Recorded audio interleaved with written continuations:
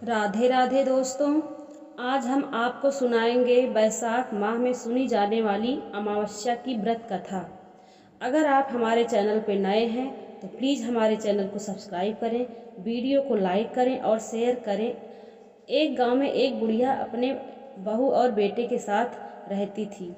उसका बेटा परदेश में धन कमाने के लिए गया हुआ था, इसलिए सास और बहू दोनों अकेले ही घर रहती थी और एक दूसरे की देखभाल करती थी।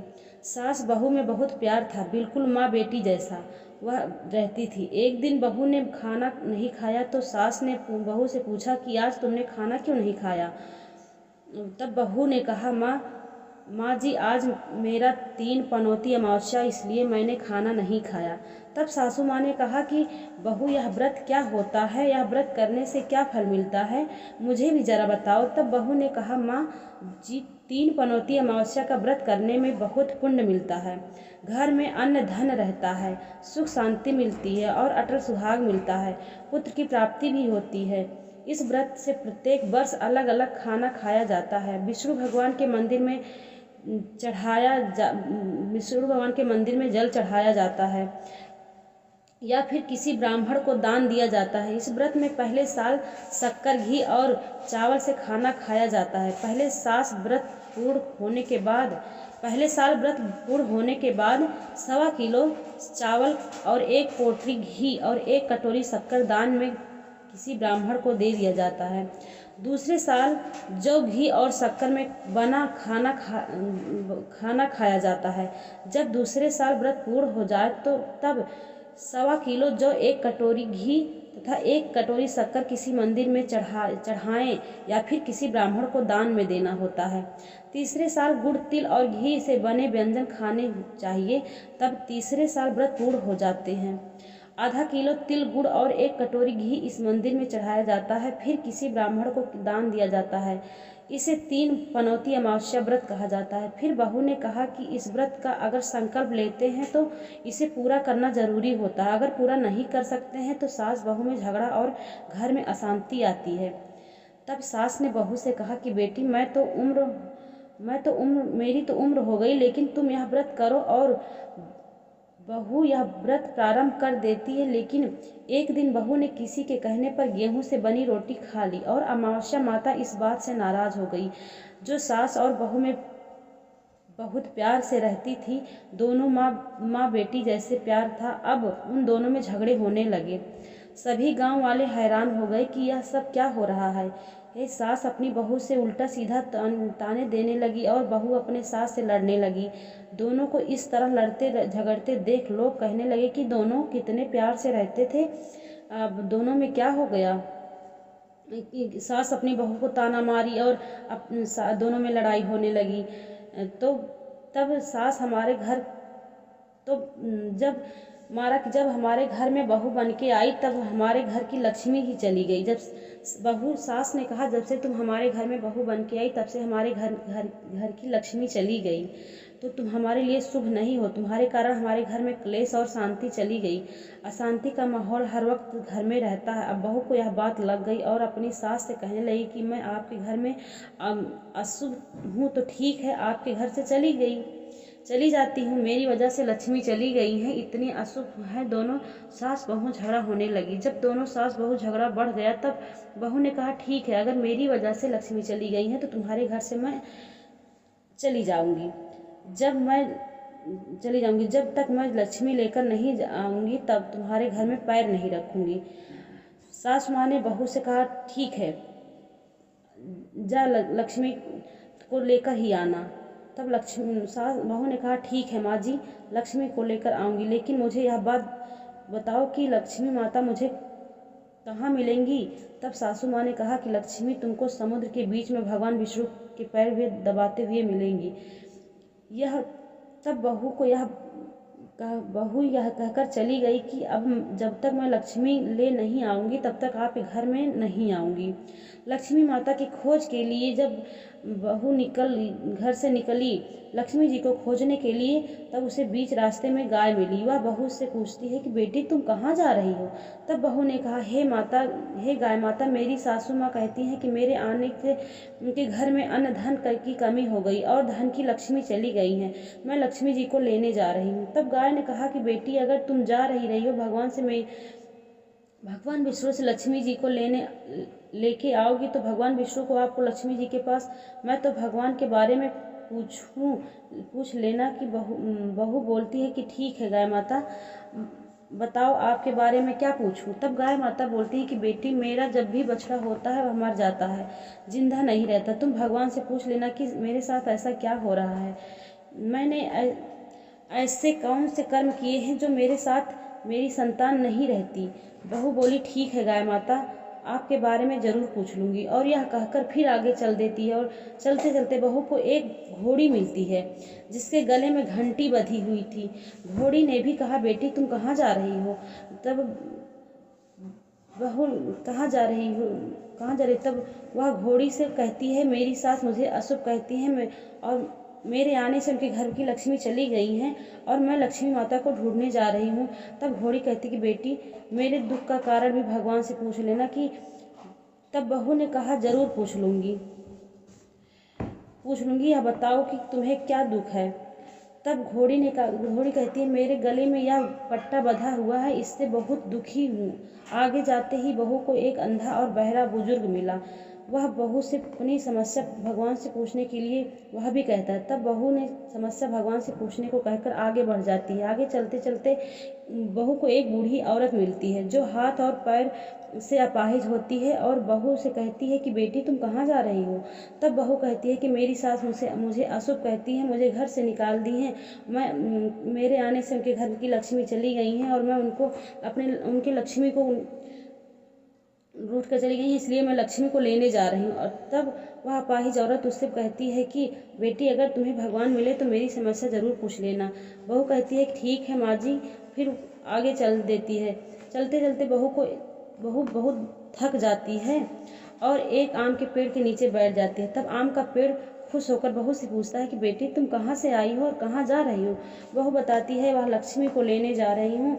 मैं अपनी समस्या से भगवान से पूछने के लिए तब पेड़ भी अपनी समस्या भगवान से पूछने के कहता है कि बेटी, मेरे पेड़ पर आम खट्टे ही क्यों होते हैं, इस बारे में भगवान से ज़रूर पूछ लेना।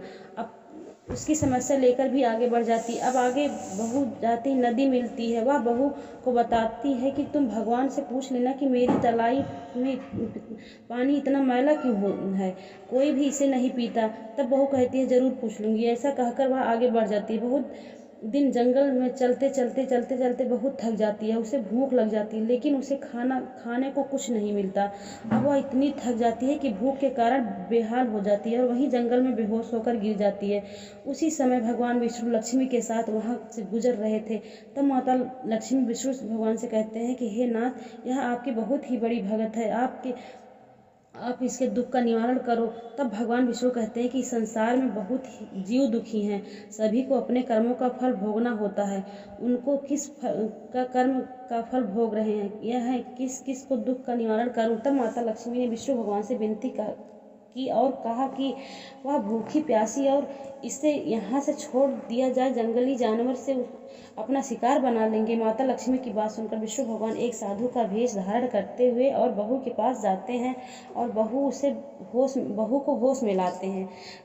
जब बहू होश में आती है तब साधु के वेश में भगवान उससे पूछते हैं कि यहाँ क्यों आई हो और कहाँ जा रही हो। तब बहू पूरी बात बताती हुई उससे अशुभ कहती है और उसके कारण उनके घर की लक्ष्मी चली गई, इसलिए वह लक्ष्मी माता को ढूंढने निकली है।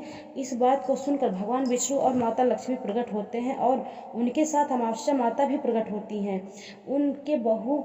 बहू उनके चरणों में गिरकर वंदन करती हैं, बार बार नमस्कार करती हैं, उनके चरणों में गिरकर कहती हैं कि मैं तो धन्य हो गई जो मुझे भगवान के साक्षात दर्शन हो गए। अमावस्या माता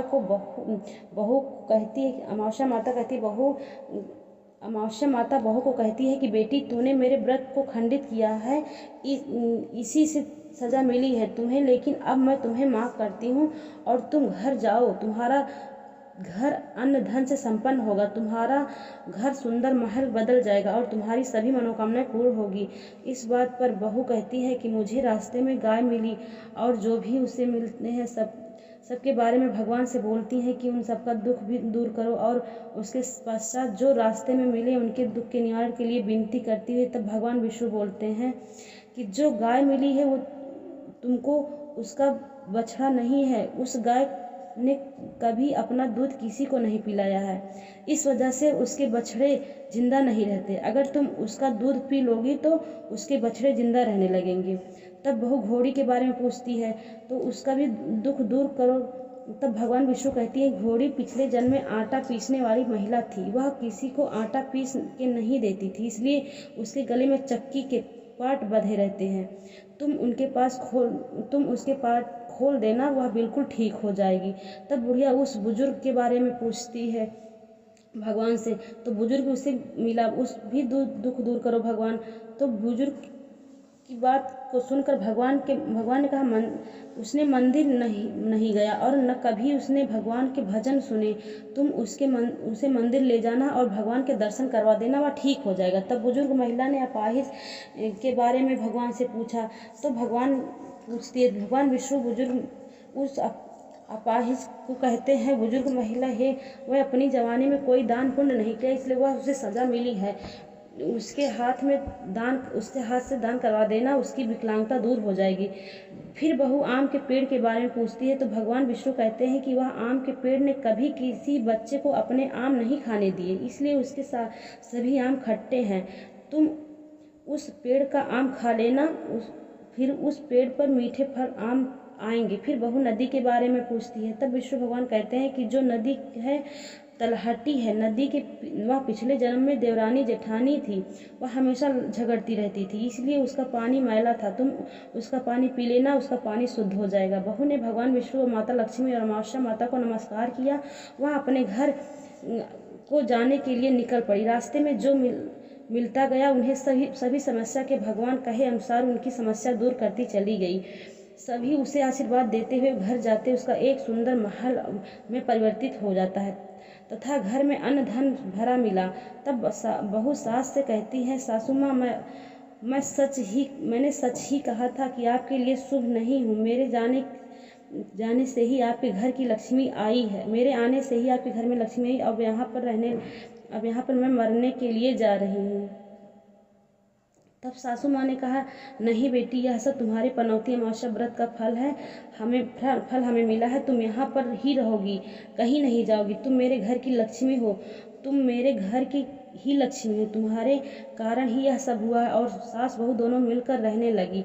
बहू अपनी गलती के लिए अपनी सास से माफ़ी मांगती हैं और वह सब तो अमावस्या माता के नाराज होने का कारण बताती हैं। बहू की बातें समझती हैं और एक दूसरे को माफ करके खुशी खुशी रहने लगती हैं। अब उनका बेटा भी परदेश से लौट आया और घर में यह सब देखा कि घर में कितनी तरक्की हो गई, घर की जगह महल बन गया, नौकर चाकर सब घर में, अन्नपूर्णा माता का वास हो, धन दौलत किसी चीज़ की कमी नहीं है। यह सब देखता है उसे अपनी आंखों पर विश्वास नहीं होता, क्योंकि वह तो इसी दरिद्रता को दूर करने के लिए परदेश में पड़ा हुआ था, फिर वहाँ पर रहेगा तो कुछ कमाएगा।